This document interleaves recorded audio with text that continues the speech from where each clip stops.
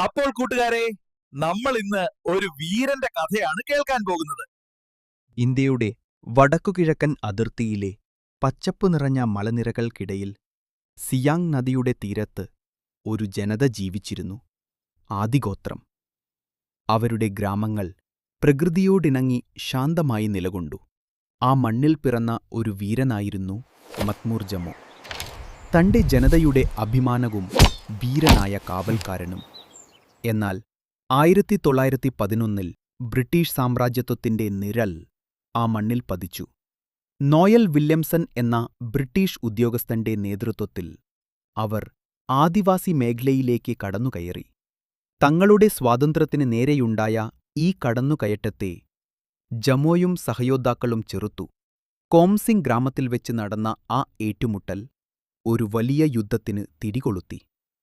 Voice തങ്ങളുടെ ഉദ്യോഗസ്ഥർ കൊല്ലപ്പെട്ടതിൽ രോഷാകുലരായ ബ്രിട്ടീഷുകാർ വലിയൊരു സൈന്യവുമായി തിരിച്ചടിച്ചു. ആദിഗ്രാമങ്ങളെ തകർത്തെറിഞ്ഞ് ആ ജനതയെ ഭയപ്പെടുത്താൻ അവർ ലക്ഷ്യമിട്ടു. അതായിരുന്നു ചരിത്രത്തിലെ കറുത്ത അധ്യായമായ ആംഗ്ലോ അബോർ യുദ്ധത്തിന്റെ തുടക്കം. എന്നാൽ മത്മൂർ ജമോയും ആദിയോദ്ധാക്കളും തോൽക്കാൻ തയ്യാറായിരുന്നില്ല. തങ്ങൾക്ക് സുപരിചിതമായ കാടും മലകളും അവർ യുദ്ധക്കളമാക്കി. പരമ്പരാഗത ആയുധങ്ങളുമായി ഗറില്ലാ യുദ്ധമുറകളിലൂടെ അവർ ബ്രിട്ടീഷ് സൈന്യത്തെ മാസങ്ങളോളം വിറപ്പിച്ചു. കേക്കർ മോർണിംഗിലെ പോരാട്ടം അവരുടെ ധീരതയുടെ ഇതിഹാസമായി മാറി. അനേകം പോരാട്ടങ്ങൾക്കൊടുവിൽ ആ ധീരനായകൻ പിടിക്കപ്പെട്ടു. ബ്രിട്ടീഷ് കോടതി അദ്ദേഹത്തെ ആൻഡമാൻ നിക്കോബാർ ദ്വീപുകളിലെ കുപ്രസിദ്ധമായ സെല്ലുലാർ ജയിലിലേക്ക് ജീവപര്യന്തം തടവിനയച്ചു.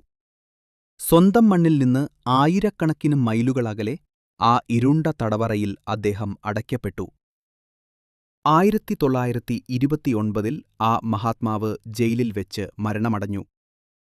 പക്ഷേ മത്മൂർ ജമോയുടെ ധീരതയുടെയും ത്യാഗത്തിന്റെയും കഥ ഇന്നും സിയാങ് നദിയുടെ തീരങ്ങളിൽ അലയടിക്കുന്നു. ചരിത്രപുസ്തകങ്ങൾ വേണ്ടത്ര വാഴ്ത്താത്ത ഇന്ത്യയുടെ സ്വാതന്ത്ര്യസമരത്തിലെ മറക്കാനാവാത്ത ഒരു യോദ്ധാവായിരുന്നു അദ്ദേഹം.